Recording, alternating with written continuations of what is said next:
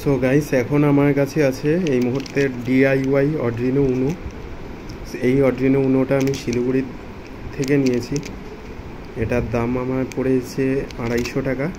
Sorry, এটা অড্রিনো nano.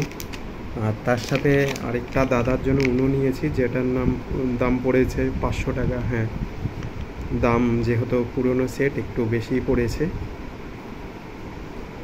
আশা করেছিলাম কম পড়বে, কিন্তু বেশি পড়েছে 500 টাকা করে। আর তার সাথে আছে, ওই দাদাটাই বলেছিল এটা 250 করে নিয়েছে। আমি খুঁজেছিলাম 12 চ্যানেল 5 ভোল্ট রিলে, কিন্তু এটা 8 চ্যানেল 5 ভোল্ট রিলে। 1 2 3 4 5 6 7 8।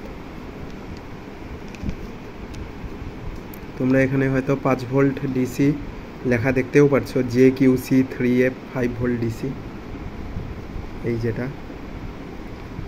সো এখন এটা একটা নেওয়ার কারণ কি, একে তো অড্রিনো উনোটা আমার কারেন্ট রেটের থেকে অনেক এক্সপেন্সিভ লাগলো, যেহেতু ওল্ড স্টক। উনোটা তাও ফাংশনাল হলে, আমি ন্যানোটা আমার আগেরবার দুটোর মধ্যে একটা অড্রিনো ন্যানো ওভারহিট বা অন্য কোনো ইস্যুতে খারাপ হয়ে গেছে।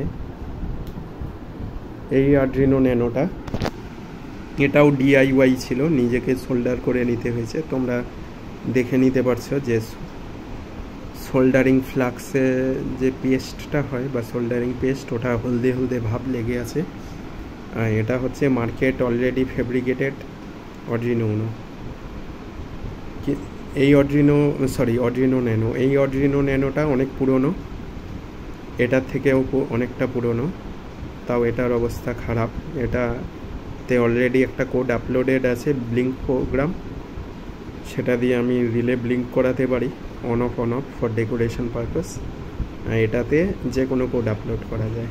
লাকিলি এটাতে একটা র্যান্ডম কোড আপলোড হয়েছিল ব্লিঙ্ক, তারপর থেকে আর কোড আপলোড হচ্ছে না। মনে হচ্ছে ইউএসবি ইনপুট যেটা, এই আইসিটা, এটা খারাপ হয়ে গেছে।